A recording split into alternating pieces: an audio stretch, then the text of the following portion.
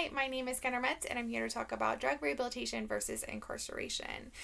So, drug addiction has been an issue in our country for a very long time now. In 2017, it was found that 19.7 million Americans stated that they struggle with some level of substance abuse. And this creates a very big problem because of the correlation between drug abuse and drug related crime.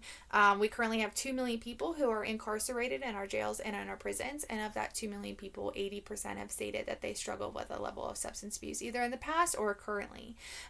This creates an issue with our recidivism rates because drug users are 1.7 times more likely to recidivate than non-drug users.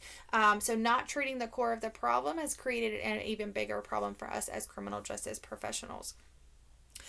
In the past, we have treated it with harsh sanctions, with deterrence, and with very long sentences. And it's just simply not working because in the past we have believed that drug addiction is a moral issue, but it's been found now that drug addiction is actually not a moral issue at all. It is actually a brain disorder and a mental health disorder that gives these drug addicted people the compulsion to continue to use and commit these low-level drug offenses despite any negative consequences. So these negative consequences and the goal of our criminal justice system of deterrence is just not working for these drug addicted criminals.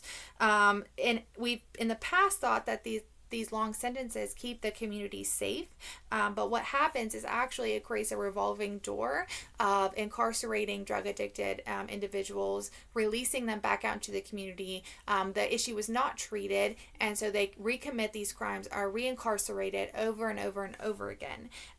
So not only is treatment helpful in reducing recidivism, but it is also very cost reducing and cost effective. So currently our prison system is overwhelmed and at max capacity.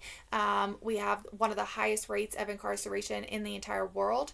And so it's very costly to continue to house these individuals over and over again. So diverting them into an alternative sentencing, such as a halfway house, such as drug court or something similar, reduces the cost of incarcerating these individuals for a very long time. And treating the problem is actually focusing on fixing the cycle instead of just interrupting it.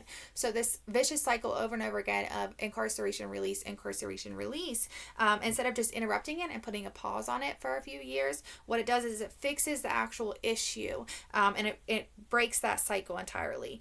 So my suggestion to criminal justice professionals is to take a good hard look at where their policies are pointing and see if their policies for these low-level drug offenses are actually targeted more towards rehabilitation. Thank you.